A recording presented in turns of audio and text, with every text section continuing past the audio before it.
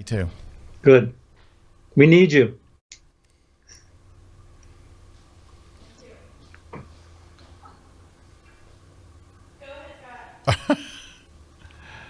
Today we're talking about how to make awesome bird photos in your own backyard with the American superstar Rick Sammon.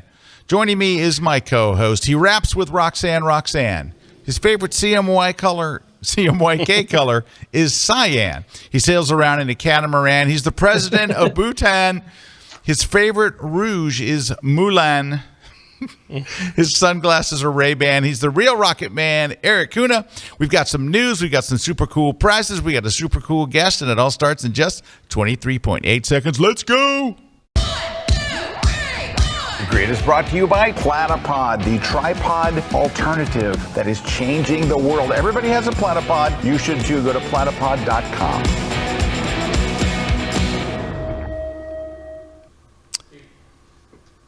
I have no idea if we're on camera or not because our monitor's down in the building. There we go. So maybe we're on. Hey, everybody, welcome. Welcome to another episode of The Grid. We are in total disarray. I don't know what's happening here today, but... You know what's funny, Scott? We actually showed up early. We were on the set. I know. We were all ready. And then we started late, and everything's not working. We're late. I don't know what happened between last week's grid and this week's grid, but something funky happened. Anyway, we're glad to have you here. We have a very fun show today. Standing by and joining us in just a moment will be Rick Sammon, American superstar Rick Sammon, and the British superstar, of course, is Dave Clayton, who will not be joining us, but he's always here in spirit. But American superstar Rick Sammon is going to be joining us. We're going to be talking about how to make awesome bird photos in your backyard. So that's going to be a cool topic. We thought we were going to be demonstrating or demoing some cool AI today, but we're going to have to wait till next week. So next week we'll have our cool. Oh, there we go. Hey, cool look at this. There we are. Just making sure that we're. Yeah, so we have a studio monitor, so we know when the commercials are over and when we're on and all that kind of stuff. It just came back up. It's good to see. Anyway, we've got some news. First off, Kuna's here. Hey. Hey. Did you shoot any rockets since the last week? No, I got to shoot this weekend. There's a astronaut launch going up this weekend. Oh, all right. Well, we'll see some pictures from it next week. All right. There you go. Let's see. We got the Gear Conference coming up at the end of middle of next month. So for those of you who haven't heard about the Gear Conference, it is a conference designed to help to get you good at the gear that you already own. So how to learn your camera body. And we have tracks for Canon and for Nikon and Sony.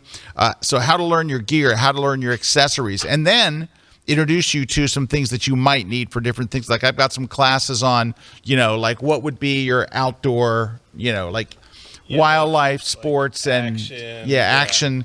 Like a whole thing on like what gear would you need for action stuff. So all that kind of stuff. And then doing, portraits. I'm doing portraits, wedding. Other ones doing. Yep. Like natural light or like using not natural light, but like continuous lighting. Yep. Yeah, that's another one. And flash and all kinds of stuff.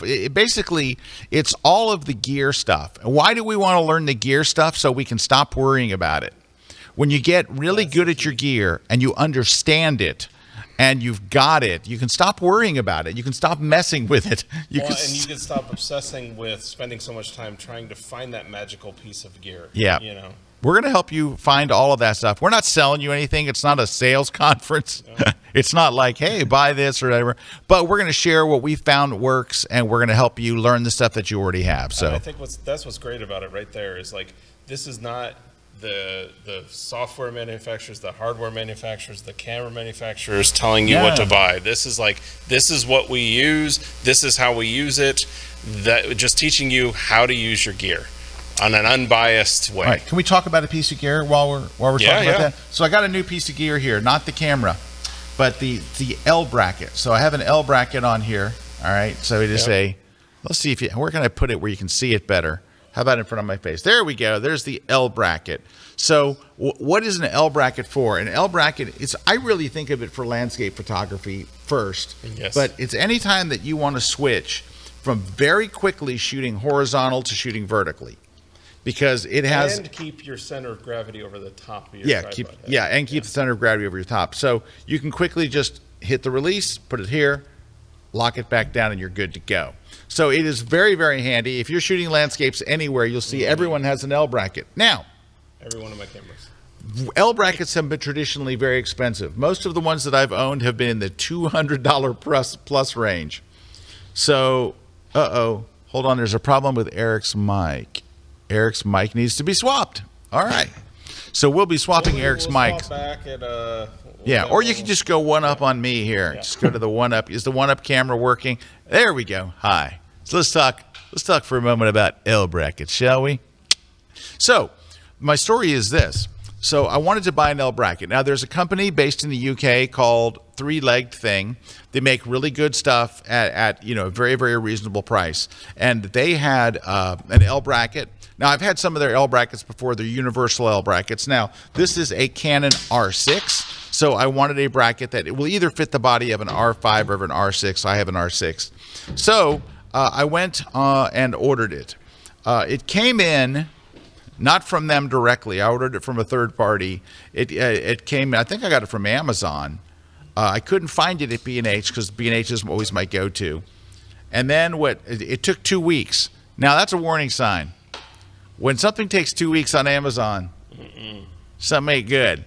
I got the box. I opened up the box, and on the outside of the box is an orange one. I ordered gray, and the picture's orange. I'm like, oh crud. But I thought, well, maybe they just put it in the wrong box. But the box looked beat up. The box looked like it had been used, sent to somebody, returned, sent to somebody else and returned. It was just beat to death. But I opened it up. I look inside. Oh, it's gray. So the box is orange, but the thing is gray. And I take it out. And you know what it says right on the packaging? When I pull it out, it's attached to the packaging. It says, for the Nikon Z7. So I call up Erik, and I'm telling him my story of woe, my first world problem of how I get the wrong L bracket. Erik's like, oh, go get this one. So Erik sent me a link to the one that I have right here. On the way to the grid today, I returned the other one to Amazon, piece of junk that it was, used, I think. And then I got this one from Leo Photo, Leofoto, half the price, $55. And it is beautiful. It looks really nicely well made. It's got some nice little features to it. You can access all your stuff on the side. And anyway, very, very solid, very nicely built, $55. So imagine a whole conference where all we do is talk about stuff like that. And now Erik is not cheap. No one can ever say Erik's cheap. Erik drives a Mercedes RV. Oh, come on. I saw his RV at the Sun and Fun Flight. I'm like, got a great deal on it. Yeah, he got a great deal on. You have to, because how else could anyone afford a Mercedes RV? Anyway, Erik is not cheap, but Erik is thrifty. Erik wants a good deal. Like, yes. Erik will work hard to get a good deal. The great thing about knowing Erik is Erik will turn all of his friends on to the good deal. So when Erik is doing his classes, I imagine you're going to learn about stuff. Erik turned me on to the battery deal. Yep. Like, and then, like the other day, I saw somebody was asking about a rail for your camera, and it was like, well, should I buy this Really Right Stuff one for $300? And I'm like, well, you can, but I'll give you one for $25 that works just the same. And all right, is Erik's mic still not working? Yep, not working. All right, I'll just translate what Erik said. Erik said, I admire Scott on such a level. Yes. I'm just to tell you exactly what he said.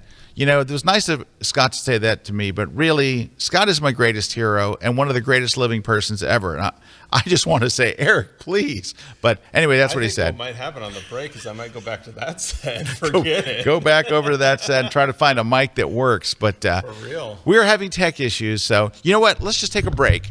We'll fix the tech issues. I got a little bit more news. We got Rick standing by. Lots of stuff. We're going to take an early break just to kind of fix some of this junk. So stick around. We'll be right back on Tech Wizards. Guys, Peter Hurley here, and I'm psyched. You know why? I am doing my signature lighting in a class here at Kelby 1. Do you want to miss it? You don't want to miss it. Why would you want to miss that? I've made a ton of money in my career using this exact setup, and I'm going to give it to you. So I want you to copy it. I want you to do it. I want you to get this beautiful light for yourself so that human beings can get in front of your camera and look really good. And I'm here to coach you. So let's do this. We're going to do men's lighting. We're going to go my signature triangle setup, beauty lighting for women as well. And this setup is what I've made my living around in my entire career. It's made me uber successful. It can help you. It can help you make better pictures of human beings that are fortunate enough to step foot in front of your lens, and I'm psyched to see it. So let's go. You ready? Come watch my latest class at Kelby1.com. 3, 2, 1. Shabam.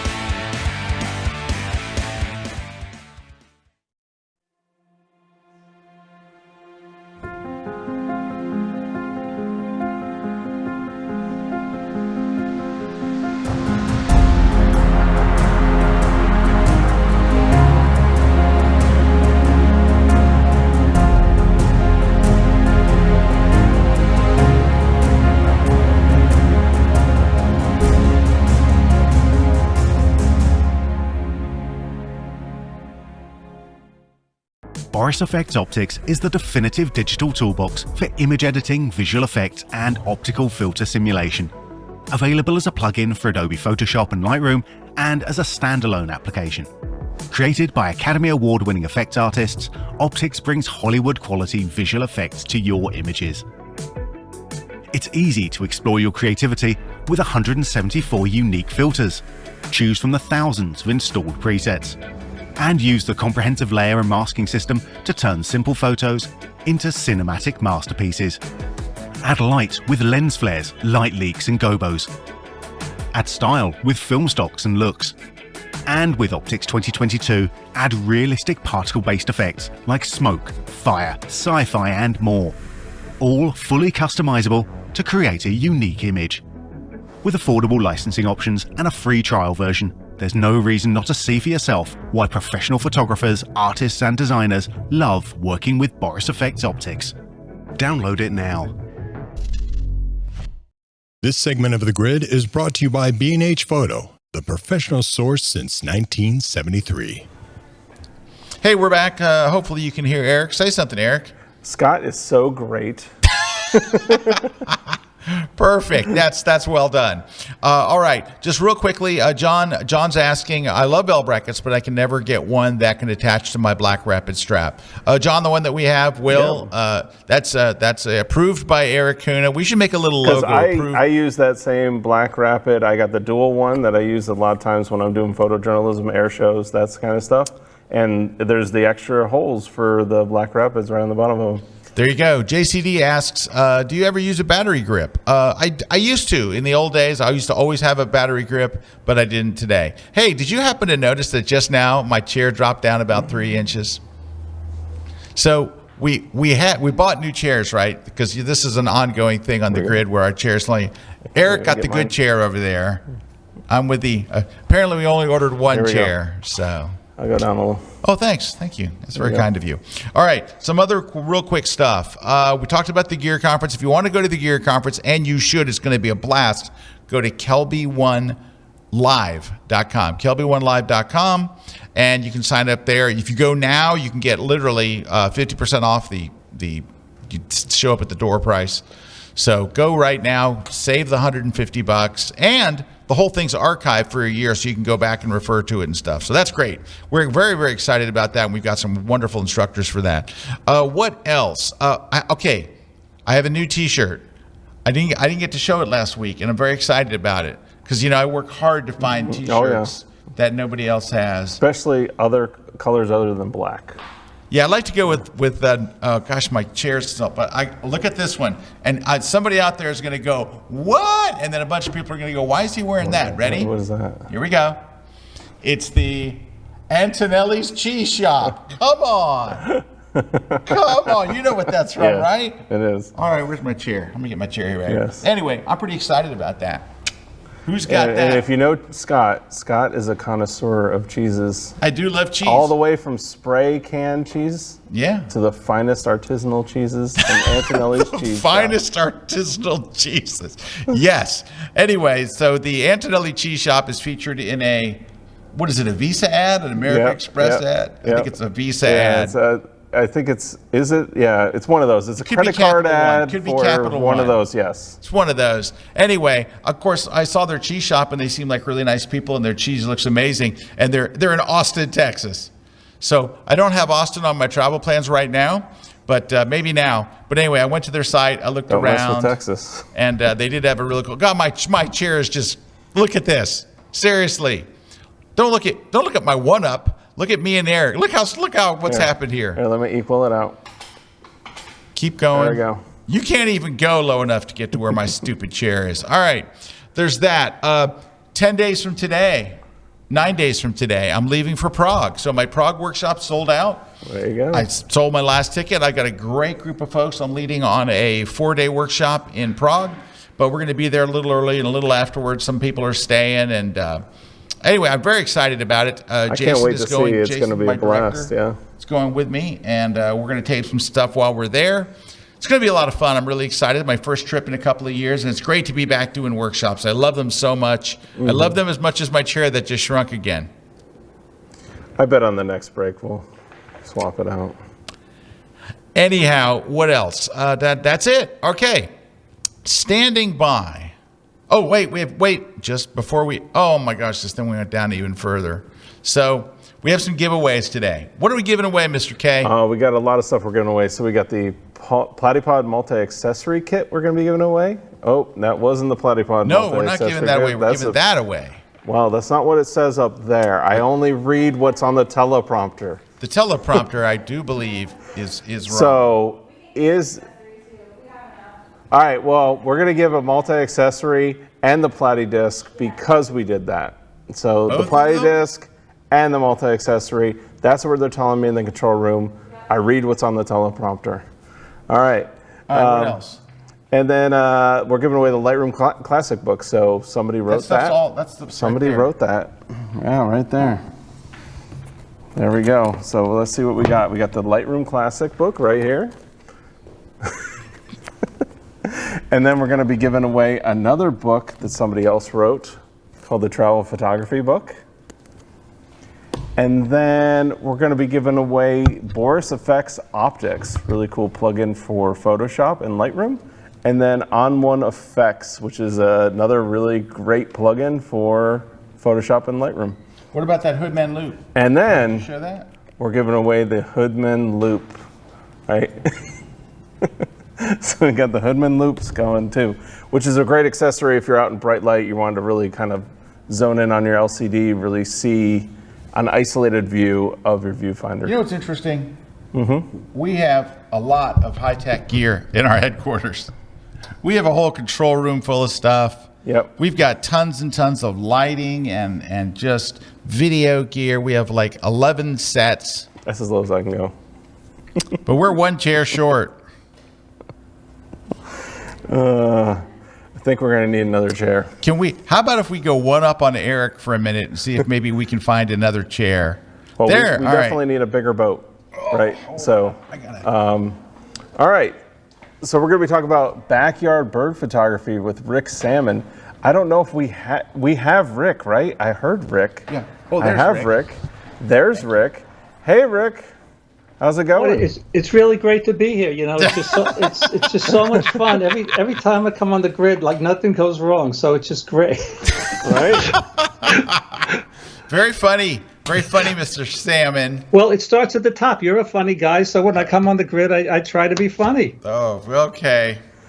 All right. Anyway, good to see you, Rick. It's great to see both you guys, and I'm so excited about the gear conference. I'm doing 2 classes with Erik, and actually, I was scheduled, but we have to negotiate the chair. Who's going to sit in which chair? Yeah. That's an issue. It's definitely an issue. I'm hoping by then we'll have another chair. Yeah, I think if we order one now, we can get it here by mid-May. So, But when it comes, it'll say for a Nikon Z7, so we'll probably have to return the chair. It'll be the wrong color and return it and all that. Okay. So Rick, today our topic, as you well know, is because you do this. I do this. Dude, I've seen you post pictures on your Instagram, and I'm like, wonder where he is. Like, I think you're like, in Texas or, some of the places people go to for famous bird shoots. Yeah. And you're like, no, this was in my backyard, and I just want to scream. Now, I moved a couple of years ago, but in my backyard one day, Rick, I had 9 bald eagles land in my backyard because our house was near a preserve where eagles live, American bald eagles live there. And one day they all decided to come to my house. Wow. And so I started taking my camera out. There's nothing that bald eagles fear more Right. than a white camera lens. You go out there with a Canon lens, a long Canon lens. I took my 200 to 400 with my 5.6 teleextender built in. Yeah. Dude, those things And they went? haul butt. They were like, he's got a camera, run. And that was it. They all took off, and they came back and would land in different places. But, dude, if I walked out of the house with that, you would have to leave it up overnight and camouflage it and hide it and shoot it by remote. I've never seen any animal more averse than those American eagles that land in my backyard. Yeah.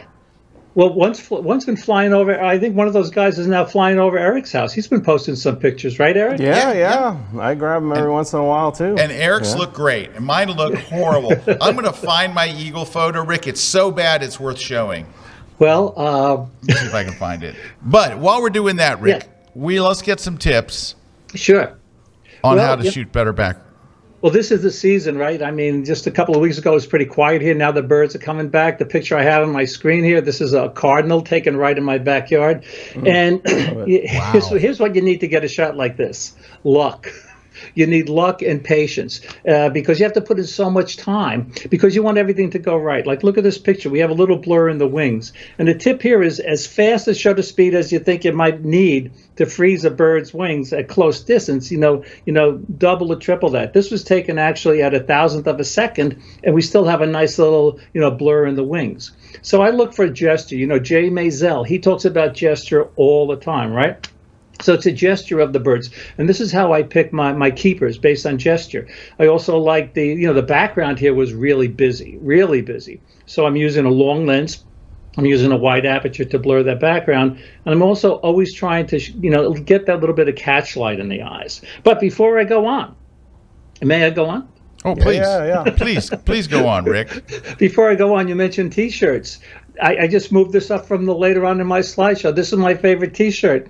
And it depends because people say, what shutter speed should I use to get a shot like this? What aperture? What focal length? And it really does depend. And I'm serious about this, although it's a funny T-shirt. It depends on your creative vision. It depends, what shutter speed you're using. And what aperture, the camera to subject distance, and the subject to background distance. Also depends, when you're choosing a lens, like your budget. And then your camera, do you want a full frame image sensor camera or a crop sensor camera? So it really does depend. But if you put, we were talking about the gear before, that it's so important to know your gear. You really have, and I think this is one of the things that's going to be great about the gear conference, because once you understand your gear, then it can become seriously like point and shoot photography. So you see a bird landing on a stick like this. It's called a bird on a stick photograph, by the way. You can basically raise your camera and shoot. Now this picture looks like it was taken in the wild, and it was taken in the wild. But here's the behind the scenes shot. So what I do to get natural looking, pictures like this, we see the catch light in the eyes. We see, actually an exposure tip is always exposed to the highlights. You don't want the brightest part of the scene overexposed and washed out like the white feathers there. So I'm looking at a scene like this. I say, okay, for a scene like this where it's mostly, darker than those white feathers, I'm shooting on aperture priority, by the way. I'm going to reduce my exposure by maybe about 1/3 or something like that, and then keep underexposing it until I don't have those highlights washed out. But here's a first behind-the-scenes shot, and here's another behind-the-scenes shot. And oh my gosh! Well, this is my backyard. You can see all these sticks. And Susan was not that happy actually because all my seeds and everything. There's my rowboat in the back. Hey Scott and Erik and Christina and Juan and everybody and Jason. When you come up, I'll take you out on my boat. my rowboat in the back. That's anyway, that's a nice little rowboat. Anyway, seriously. I don't want pictures of birds on bird feeders. I want pictures that look like they were taken in the wild. So I have all these branches around so I could set them up. And when the bird lands, great. Going for the scene, I could get a shot like this. And, separating the subject from the background, is, I'm always thinking about the background. I know you do this, Scott and Erik, in your photography. You want to think about the background, but separating the subject from the background so it stands out is really important. Yeah, so Rick, those look like really low f-stops numbers that you're using. Yeah. But I think a lot of people think that the f-stop alone is going to do it. Well, it's the aperture, it's the camera to subject distance. Like the closer you are, the more the background's going to be out of focus, and the longer the lens. So I have a couple of pictures of lenses coming up. So my basic lens for bird photography is a Canon RF 100 to 500. But I think, Erik, you've been using the RF 600 lately, right? I use the 800, 800 f11. Yeah. The 800. Some of these pictures were taken with the 600 and the 800. There, you talk about the gear conference. What we're going to talk about, these lenses are fairly affordable, under $1,000, right? It's amazing, but it's just not, you just don't want to blur the background. You want to reposition and focus and frame your pictures so the background is not traditionally darker or brighter than the subject. But getting back to the bird feeders, I found this log on the street, and I put some bird seed in there, and I mentioned the squirrels that Susan was not that happy with, that I was attracted. So squirrels, it's amazing that they could like jump and fly like into these feeders. But here's the log I found, and here this looks like the woodpecker is just like hanging out on the log. And here's the same log, and getting back to the shutter speed that I was talking about. Picture on the left, 500th of a second. Sounds pretty fast. Still have a little bit of blur in the wing. So when this other woodpecker came in there and grabbed the seed, that was taken out at 1/25th of a second. So you really have to, watch your shutter speed. So in my Kelby 1 class, which I really had fun doing, it starts out with my top 11 quick tips for bird photography, backyard bird photography tips. So I don't know how many I'm going to get through here, but if anyone has any questions, I can't see the questions, they could ask, or if you guys have any questions. So you really do need the 3 Ps. You need practice, planning, and patience. And it does take a lot of planning and patience, but man, oh man, it pays off. It's, I'm talking fast, right? I think one of the comments on my last conference was that they were out of breath after the landscape conference. Someone said, "I'm out of breath." Rick gave so many tips. Well, backyard bird photography can be very therapeutic. It can be very calming. It can be very soothing. So I think I have to do more of it. But grab your binoculars, grab a bird book, and learning about the birds. As Moose Peterson talks about, I think just about every wildlife conference, and he's one of my wildlife heroes. He talks about the importance of understanding bird behavior and animal behavior, especially bird behavior, and listening. A lot of these pictures are the results of listening. This is my pond where I'm going to take you guys out in my rowboat. They have a great blue heron in the background. So most of the time, you want to think small and use long lenses. But I say most of the time, well, actually, here's the 100 to 500 that I like. There's the 800 that Erik's been using. Erik, you using the 1.4x or the 2x converter? I've used that with the 1.4x. I actually was able to get some great aviation shots with it at 1120 millimeters. I know, it's the image stabilization. So I've used the 1.4x converter, but the picture on the right was taken actually with the 800, and the picture on the left was taken, in my backyard with the 24 to 105 millimeter lens. So it's really good to have both lenses.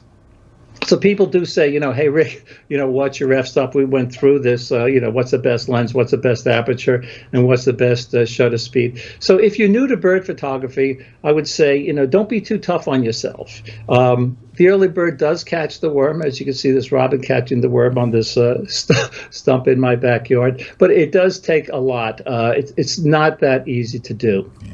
You know what, though, Rick? A lot of these photos that you're showing, like that one right there that we have on screen right now, it's that separation from the background that really makes it stand out, which I know is a combination of your f-stop and zooming in tight. Yeah. Now, Rick, I want to make a lens recommendation, and this is when I want to buy gear, I usually turn to Erik and say, Erik, what lens should I get? And so one that Erik recommended me for aviation that would be great for shooting birds in your backyard, you cannot recommend this because you are a Canon Explorer of Light. Correct. I am a Canon owner of gear. So it's a very different classification. And I have a Tamron 150 to 600. It's very lightweight. It's very lightweight. It's shockingly lightweight. It's very inexpensive. It's a 150 to 600. What's it around? 1,100 bucks? About 1,000. Yeah. About $1,000. A little more. Lightweight, sharp as anything for the mirrorless. So, and that's kind of where everything is right now, right? They don't even make DSLR lenses anymore. Canon, Nikon, or Sony, none of them make a DSLR lens any longer. They're all mirrorless. So you go and get that one. You'll be surprised at how great that is for aviation. It would be great for wildlife. If I was going on a what you call it, if I was going on a safari, that would be a great lens. I've got to say, if you're totally on the mirrorless game, the one that I would recommend now, Sigma? No. The Sigmas are good. Sigma has actually the 60 to 600 Sigma for aviation. Nice range. Is a great lens. Yep. It's like you can go to an air show and have like one lens if you got the 60 to 600, and it's a great lens. However, lightweight, portable, sharp, the Canon 100 to 400 RF with a 1.4 teleconverter is a really interesting combination for daytime. How much? It's a $600 lens. $600. 100, 400 RF, and it is sharp. Yeah. Sharp. Ooh, that's nice. Light. I'm talking, it's ridiculously light. All right. Hey, we're going to take a short break. When we come back, we're going to talk more about bird photography and the gear and stuff that you need. We have some shout outs. I want to have a picture I want to show you. I did find some eagle shots. We'll look at those when we get back. Stick around. We're live here on the grid, and my chair is at a decent height.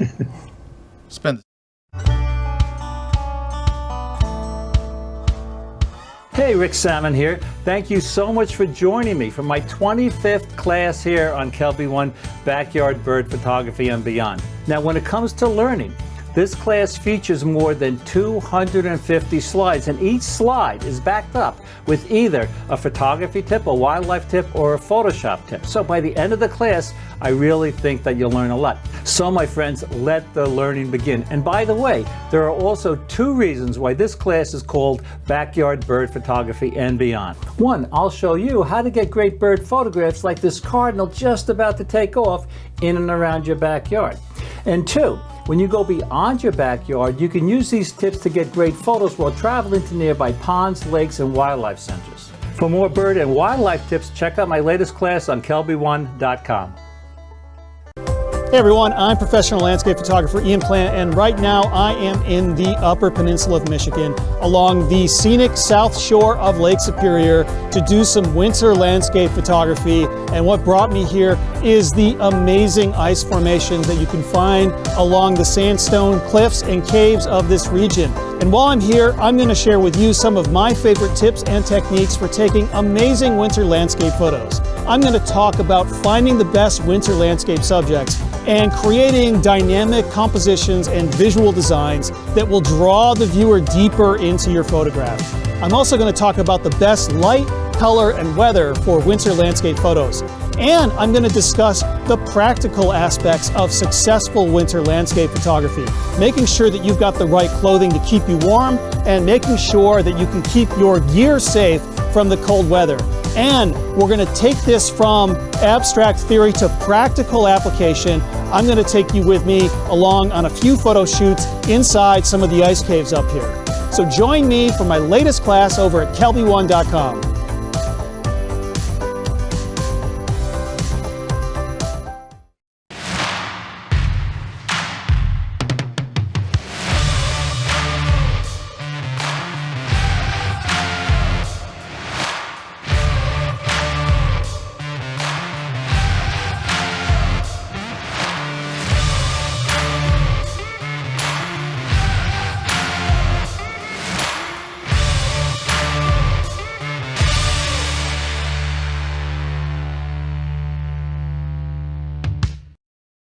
This segment of The Grid is brought to you by Canon. All right, we are back. I don't know if you guys have my computer. Do you have my computer? 'Cause I found some eagle shots. Here's one. Oh, that's a great eagle shot. I did a search for eagles on my drive. Look at that's usually what the eagles are doing. Yep, going down. This is literally what I found when I searched for eagles. So I cannot find my beautiful eagle in my backyard shots. This is as close as I got. All right. Hey, so last week on the grid, I mentioned that when we did the air show, I did a very quick a 1 minute long portrait shoot. Yeah. With Jim Tobel, and I got the print back. Here's the print. 1 minute. Pics. Where is it? Right there. There. There's the print right there. So this is a 20 by 24, so it's digital size. But obviously, I didn't use up the whole, amount. And so Jim is the pilot of the plane that he's posing in front of there, with some help from Mr. Kuna and Jason getting the lights set up. Used a flash there, and using the sun as my second light. And anyway, so I sent him a version of this. So this is the shot from last week. It came out great.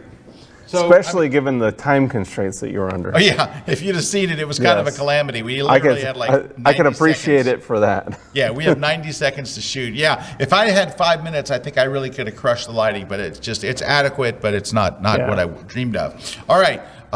So we had a question here. Says this is for me, Scott. I'm going to Italy soon, and several years ago, you recommended a restaurant in Venice. And you wrote it down, but you can't find it now. Do you recall what it is? Yeah, I do. Check on my screen. Right here on my screen. There we go. It is Rosso Pomodoro.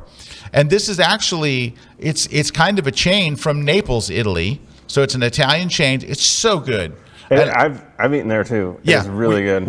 Everybody goes there, and it's really, really surprisingly good. Very cute Especially place. for a chain.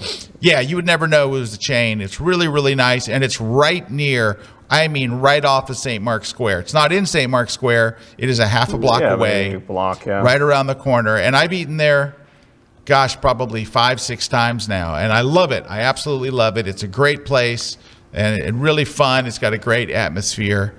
And it was fun. I got there, and I order my food, and my waiter goes, "Are you Scott Kelby?" And I'm like, "Yeah." And he's like, "I have your book."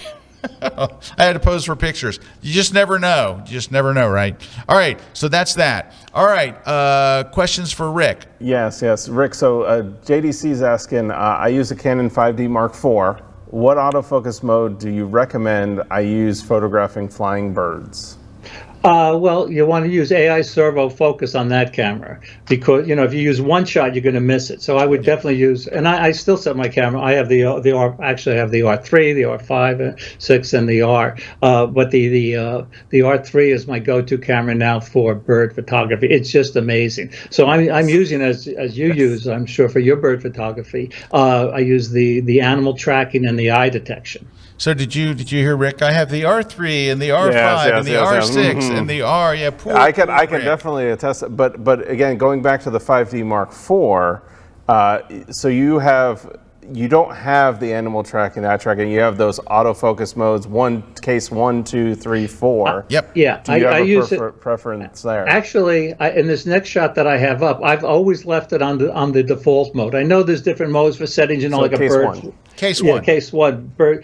I was talking to Erik about the gear conference. I said, I'm not that technical, and I'm not. So I've left it on the default. But I got this, these two pictures. A picture. Both of these pictures were taken up in Alaska, and during the break, I pulled up this bald eagle shot. I've always used case one, and it works. And here's something that maybe someone's going to ask this question: Do I use back button focus? I've never used back button focus. I know. Scandalous! Oh my shocking. gosh! Well, look at these pictures. I know. It doesn't matter.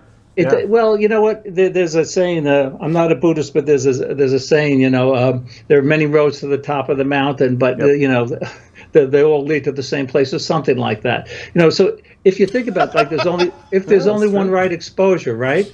And whatever you use to get that, whether it's manual exposure, Scott's going to flip out when I tell him this too. When I do my flash pictures, I set my camera on manual, and I use a TTL on my flash, and it works for me. I know, Scott. Shocking. Yep. I know. And hey, at the end of the day, if people look at your photo and it's great. Yeah, it didn't matter what mode you're in. It didn't matter what ISO you were at. It didn't matter. Right. It didn't. You could tell people what you did, but at the end of the day, that's not what your photo says. Your photo doesn't say what gear you used and what settings you used. Well, you're right, because people say all the time, what are your settings? Like, hey, Rick, the joke, what's your f-stop? Which they do ask. The amount, like Scott was saying before, the amount that the background is blurred depends on how close you are, right?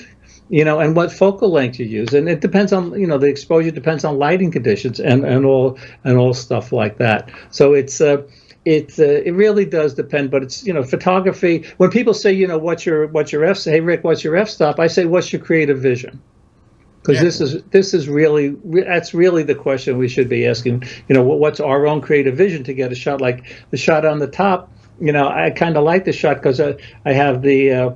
Actually, I really like the shot because I have the shadow of the bird's, head on the wing there. Oh yeah, I love that. Hey, can we? Erik has been shooting in his backyard. We mentioned that earlier. Can we get Erik to show a couple of shots real quick, and then we'll get to some more questions?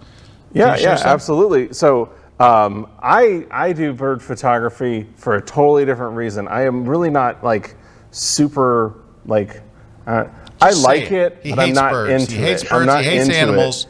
Almost as much as he hates people.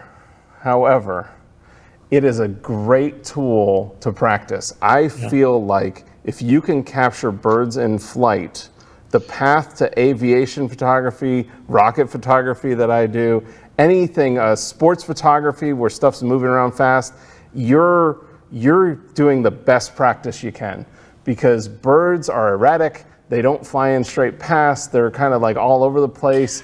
But that's a great practice tool, and I've used it in the last year to really practice better aviation photography. All right, let's see some shots.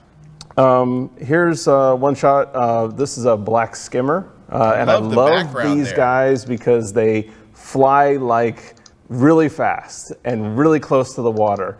So I love these guys. Then there's a bald eagle, Where's his hair? Some black skimmers there again. I don't even know what that is. Oh, that's it's a nice. bird. It's cool. I like it. It's a crane or an eagle? Crane, yeah, one of those. I love these guys. These guys help me practice more than any of them. That's just a duck that landed in our pool. That's in your pool? Yeah. So I love just picking up, and that's a trash bird, but hey.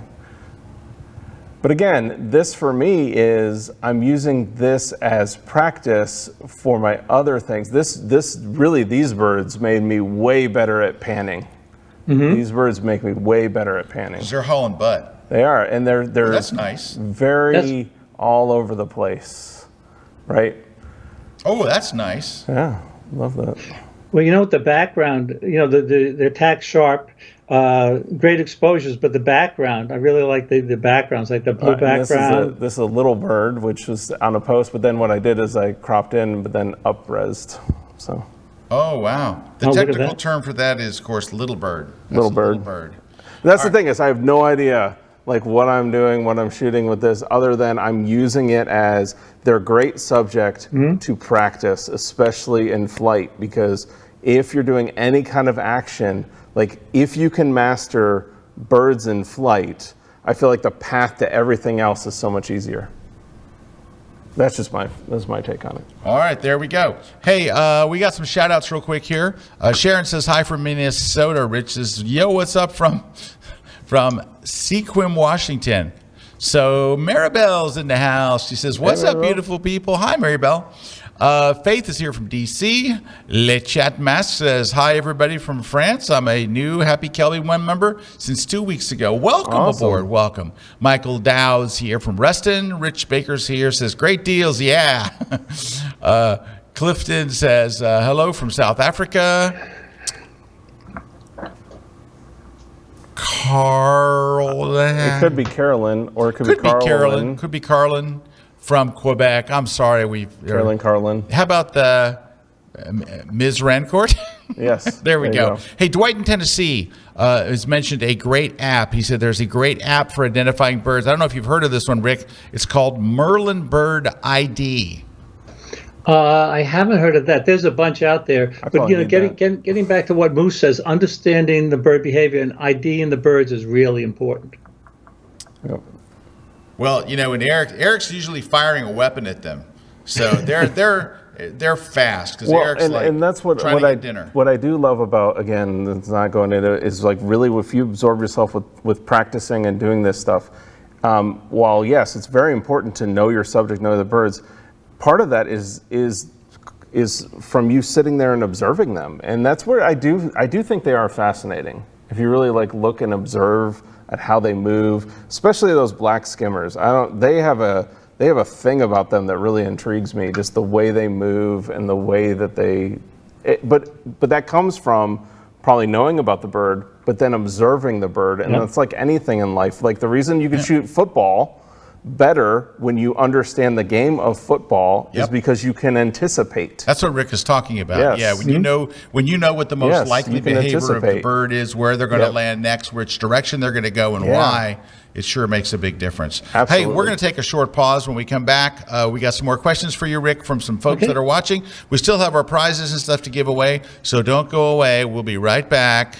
Sponsored by Antonelli's Cheese Shop. Not really, but wouldn't that be something if they were? And we would trade out. We would just take cheese. Yep. Fine artisan cheese. Didn't you say that? Artisanal. Artisanal. Sorry, Yes. artisanal cheese. Do you want to make your images look more interesting? Well, that all comes with creative lighting. In my course, we will talk about different ways to modify light. We're going to block light. We're going to play with shadows, and we're going to paint with light. Super fun. These are all techniques that'll help you mold and craft your lights so that you can have more striking and dynamic images. Come join me in my class about creative lighting here at kelby1.com.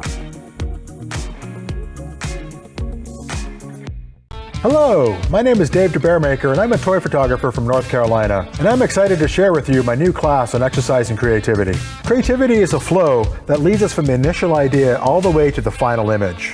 So we're going to cover exercises on how to be more proficient at how to use your camera, and how to get those ideas anyways, as well as narrowing those ideas down and focusing them to get the best shots that you possibly can. When you're finished this course, you'll be armed with techniques to flex your own creativity and make the most out of your own creative efforts. So please check out my class, only here on Kelby One.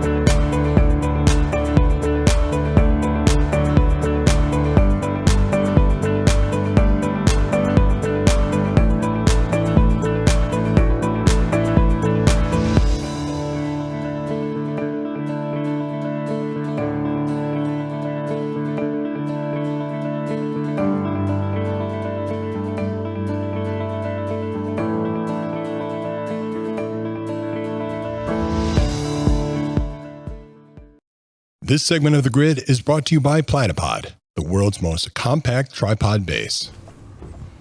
Heyo, we are back. We got some questions here. So, Rick, Erik is asking, a different Erik, not Erik Kuna. Erik's asking, are you using a flash to get those catch lights in the eyes of the wildlife? No, a flash thing. A lot of people ask that, by the way. The flash is the last thing I want to use on birds. I try to shoot. Scott Bourne says this too. Shoot with the sun at your back. Usually I try to do that. So rather than using the spray and pray approach, like just shooting all over the place, you saw the bird set up in my backyard with all the feeders. I set them up so I could shoot in the morning with the sun at my back and in the afternoon with the sun at my back. Ah, very clever.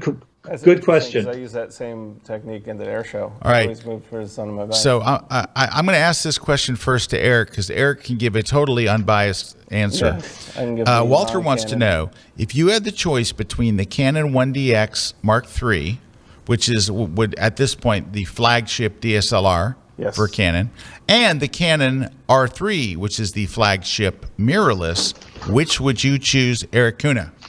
Absolutely 100%. The R3. In fact, I used it for a couple weeks, shot air shows, shot launches, all that stuff with it. I don't even know why they're selling the 1DX Mark III when they have the R3. Like, it really is, like, there's stuff in that R3 that is just ridiculously insane. So that would be my thing. I would definitely get the R3. Can you answer that question? If you had a choice between the 1DX Mark III and the Canon R3, which would you choose? I think we know the answer. You have the R3. I have the R3, and I have some pictures to illustrate why I would use the R3. Okay. Do we have time to show a couple? Yeah, of course. Go for it. Yeah, when I was down there seeing you guys the last time, which was a ton of fun. I always love coming down there, even though City Fish is closed, and we'll be talking about that for the rest of my life. Yes, we will. Miss it badly. I mean, the new place is okay. The Beechwood, something like that. Yes. Yeah, it's okay. But Rick, can I tell you something? Please. I found a restaurant, and it has many of the same things from that menu. So much so with the same names and everything that I have to think the chef from City Fish is now at this new place. So next time you're here, I'll take you. You'll love it. You will love it. It's a outdoor. You can eat indoors and outdoors. They have a pool. It's just an amazing place. But you look on the menu, you're like, wait a minute. I'm in. You're going to recognize some of the exact names of dishes. Coconut, macadamia encrusted grouper. Probably. I didn't have that. But I know you like the meat. You like the. But they had that the blueberry. Blue cheese. They had the blueberry fillet. They had the steak mudiga appetizers. I'm telling you, Rick, I think it's the same chef. Okay, we'll try it. All right. So anyway, here are some. Last time I was there, as I was saying, I went to Myakka River State Park, and we were lucky. We were driving around, and we asked the ranger when we went in where are the birds, and they said the birds are by this pond. So I have this gallery on my website. These pictures are not in my two Kelby 1 classes on bird photography, so I hope some people can check those out. But I took all these pictures within 30 minutes with this camera, and it was just amazing. And in this gallery, I actually put the times in there so people could see that they were taken, in such close proximity to each other. But here this illustrates, that the amazing ability of the focus tracking and the eye detection. This bird's like flying. Well, it's not flying. It's just about to fly. It's just about to take off, coming almost directly toward the camera. And this illustrates a bird technique. And I saw this in Erik's pictures, wings up or wings down. This is what we usually try to go for. Also illustrates exposing for the highlights. As I mentioned, this is a lucky, it was lucky for me and lucky for the bird, not that lucky for the fish. But I am exposing for the highlights, but I got all these pictures in like 30 minutes, and I do give the camera a lot of the credit. It was just amazing that I was able to see all this action. Here's another lucky shot. Lucky for me, lucky for the alligator, but not lucky for the fish. But this goes back again to watching the animal. We were watching these alligators, going after these fish for about 10 minutes. So I was able to anticipate the action and get this shot. And I noticed this in Erik's pictures too, shooting at the peak of action. So I'm judging I'm picking my keepers based on, on gesture and usually like the peak of action. I think that's Oh, and this is just one of my classes, and this is the other class there. So it is it's great. I think bird photography is just so much fun. It's very therapeutic. And when you get a shot like this that shows the grace and the beauty of these magnificent birds, when you get that eye in focus and the sun's at your back or to the left or right, it's just kind of cool. All right, very nice. Thank you, Rick. That's amazing. In 30 minutes, you came away with that. That's incredible. Well, that's the one that I will. The R3, the thing about the R3 is honestly, it's that autofocus system and the eye tracking, and also that eye where you can actually control with where you look in the viewfinder. You can control your focus points. Like all that technology is, I think, what sets the R3 apart, is that if you're needing to like move around and focus and have a bunch of action moving all at once and be able to go, I want to go here, I want to go there, I want to switch autofocus modes real quick, like it's all designed. It's got this controller on the back that comes over from the 1DX Mark III that has this like infrared sensor where you can just like move with your thumb, move around the points, but then you can also move that around with your eye when you enable the eye focus. It's not the eye focus, it's like your eye is actually moving this. Yeah, it's eye control. Eye control, yeah, exactly. That's what that camera's built Isn't for. That crazy? When you need that, when you need like, I just need to go, get the shots, go to the next thing, it's like boom. All right, some more questions. Oh, I'm sorry, go ahead. No, I was going to say with that eye control feature is not new. I did that was about 15 years ago. Canon had it in one of their film cameras. But for those of you who are thinking about getting that camera, you have to calibrate it 4 times. You know, there are dots in the viewfinder or points in the viewfinder. You have to calibrate it 4 times horizontally, and then calibrate it 4 times vertically. And when you go from different lighting conditions, from the sun to the shade, you have to recalibrate it. So it's an amazing feature, but again, you have to calibrate before you go out and do it. What's cool about it is they give you 6 spots, calibration spots, so you can go, like what I did at the air show was I had a daytime. I had one with my sunglasses on. I had one with my sunglasses off. I had night, so I had them just cycle through based on what the conditions and then you just pick them right. Very nice. All right, some questions. Rick, what advice do you have for photographing hummingbirds? I've tried many different ways, and I can never get them in focus. Well, getting them in they move really fast. So I showed those pictures before of the birds moving, at a 500th of a second, even 20. You need like about a 10,000th of a second shutter speed to get them really sharp, maybe even faster. And you might get some noise, but you could reduce the noise in in Topaz denoise, which I know you guys are I think you guys are fans of. But that's a situation where I know some people who do use a flash. Flash goes off at about a 10,000th of a second. So in that situation, you might want to use a flash. And by the way, some people might be saying, oh, the flash is going to be harmful to the birds or whatever. Cornell University actually did a study that said if you take, a shot of a bird with a flash, you're not going to hurt its eyes. If you take thousands of pictures of the same bird with a flash, you might hurt the eyes. So you always want, as Moose says too, and I know I quote Moose a lot, but I really do like him and respect him. We want to respect the subject no matter what, no matter what subject we're photographing. Also, with the flash, to get that high, when Rick is talking about 1/10,000th of a second and stuff, that comes from an extremely low flash power. So you're not firing at 1-to-1 or a half. You're at 1/64th or 1/128th power. It is a very tiny little. The lower the light, the more freezing power it has. The lower the power of the flash, the more freezing power your flash will have. So you're not blasting a lot of light. It's a tiny bit of light. Right, and you can put the flash close to where your hummingbird feeder is. So it's the flash to subject distance, not the camera to subject distance. Right. So. All right, next. So I'm going to ask you both this question. JCD wants to know, we'll start with Mr. Kuna here. What is your secret to panning the birds? Well, one, it is muscle memory practice. You have to have this repetition. Part of it, too, is observing your subjects. They will move at a certain pace, so you kind of have to figure out their cadence or their pace.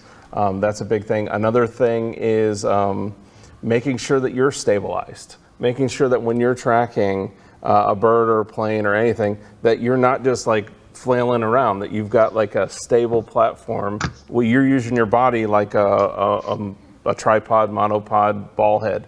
I don't use a gimbal head for any of that stuff. Right. It restricts me. I'm using my arms and my upper body to kind of turn or pan with it, and you just want a stable platform. But the big key is that, for me, is studying that cadence, that rhythm, getting that tracking down, and it changes based on, again, a jet's different than a prop, is different than a bird, is different than a fast bird. Like those black skimmers, they're very fast, and they're coming very close to you. So that's even meaning that they're just gonna whip by you. So you're tracking them. And that's where a lot of times these new autofocus systems really help, because they are wicked cool at capturing that bird and locking onto that bird. Right. So it almost feels like cheating. Because part of nowadays. this is also, it is panning technique, but it's also, before you start panning, you've got the right settings in your camera. Yes. For example, on my mirrorless R6, there is a horizontal, and Erik was one that turned me on to this, there's a horizontal focus. So it focuses in a horizontal box, right? So it's a wide box, and if something moves into that box, it locks onto it. So if you're like for aviation, the plane's way off of there, you just kind of point in that direction, and it goes beep. Yeah. Now, you have AI servo turned on, which is the focus mode that you would use for moving objects. Now you've got this horizontal area where if it flies into that horizontal area, it locks on it for you, but still, you're going to get images far away in focus, but when it gets close, you're going to have to start panning, and that's where Erik's talking about using your body, a smooth movement, all that stuff makes a huge difference. Now, the things that I'm usually focusing on, like Indy cars, like I use, slow shutter speed with Indy cars or NASCAR or any of the automotive sports that I've shot. It's the same technique. It's the same stuff. It's the same settings. That's what's so great about it. But at the end of the day, you got to have a combination of the right settings and good smooth panning technique.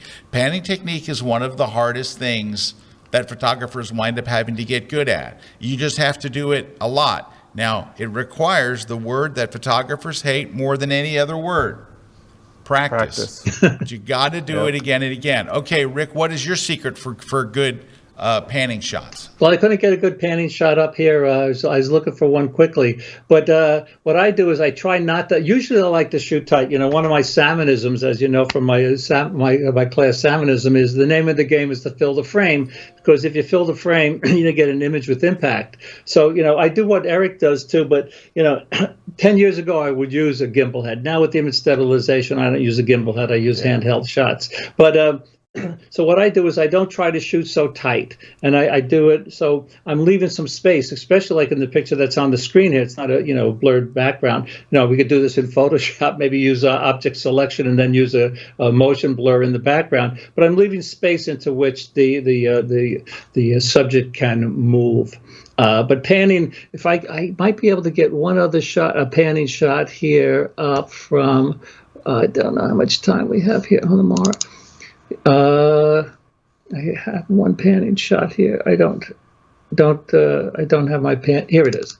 Here's my panning shot. So yeah, it does take a lot of practice to get a shot like this, especially with the wildebeest. We talk about birds being skittish. Wildebeest are really skittish. So this guy was just coming like right across the right past the car. But you have to do it a lot, and you have to vary it, and you have to watch the background. But you know what? I wanted to mention one other thing, if I may. One of the things we've been talking about through this whole. Let me get just one other bird shot up in case people want to see it while I'm talking. There's the skimmers. Yeah, these are the skimmers. What we've been talking about a lot is what I call photo cross training. Cross training, physically is important. Whether it's bike riding, swimming, and I'm going on my bike ride in about 50 minutes, which is why I have my safety shirt on. But, what we're talking about is what you learn in one area, you apply to another area. So we're talking birds and sports, but it's the same thing if you're good at like flower photography, where you want to maybe blur the background and have the eye focus right on something. You're probably good at food photography. If you're good at portraits of animals, maybe in a zoo, you're probably good at portraits of people. So I think keeping in mind photo cross training is just so important. So what you learn in one, there may be people here who say, I There may be some guy watching this who says, I don't like photographing insects. Well, you can learn a lot. Ooh. You can learn a lot from photographing insects that you could apply to other things. So photocross training, all kidding aside, I was going to say I preach this, but I recommend this as the people who've seen my classes here, and I think I have more than like 35 classes on Kelby. No, photocross training is so important. And another thing to understand with the panning and all that is you want to don't start off too slow. You have to work up, like, for example, like I like to shoot jets anymore at like 1/1000th, 1/640th of a second. But you got to be really good at doing the panning to do that, where don't fight with it. Go to 1/2000th of a second if you find it's not working. Or same thing with birds. If it's a fast bird, same thing's going to apply. You're going to have to go a little higher, but that's when you start getting better at it, you're going to start dropping that shutter speed more and more and more, and you're going to get that look in the background more like you want, and that's when you get down to those pictures where, the blur, you get that streak of that blur of the background, and then you got the subject really standing out. It's getting that shutter speed low enough to where you can nail the focus and where you can nail the sharpness, and it's just about moving. So it's just like you said, it's practice. It's practice to get that number lower and lower and lower and lower. All right. Well, guys, we are just about out of time. We're not actually just about out of time. We're 9 minutes over. So we're 11 minutes. We're 11 minutes over now. But, Rick, thank you so much. There was a lot of great information there. Thank you for sharing your beautiful pictures and your techniques, and for just being Rick Sammon, American superstar Rick Sammon. Well, thank you, guys. I love you guys. As I always say, it's fun being and an honor to be part of the Kelby One family, and I really look forward to the gear conferences and my 2 classes with Kelby and the restaurant with you next time I come down. Yes, you're going to like it. I think it's the same chef. All right, Rick, where can people learn more about you and your photography? Sure, just ricksammon.com, SAMMON, ricksammon.com, and everything's there. You're just one more letter away from being Rick Sammon. All right, Rick, I found the Buddhist saying. Ready? Yeah. Here we go. And it's what you said, but it's just, it says, many paths lead from the foot of the mountain. Yeah. But at the peak, we all gaze at the single bright moon. You know what? That is such a nice way to end the show in a nice mellow tone. Except for one thing, Rick, we haven't announced the winners of the prizes, so we have to get all crazy now. Yeah, let's get some winners of our show. We got some big winners. Here we go, Erik. Tell them what they won. All right, so we got Mona B winning the travel photography book. We got Jeffrey May winning the Boris Effects Optics. We got Carolyn R. Novak winning the Lightroom Classic book. We got Jack Kojian winning the On One Effects. Then we've got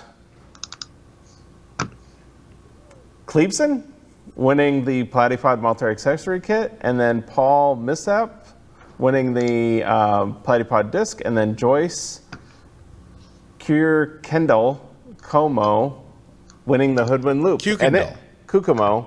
And it is her birthday, so happy birthday. Happy birthday, Joyce.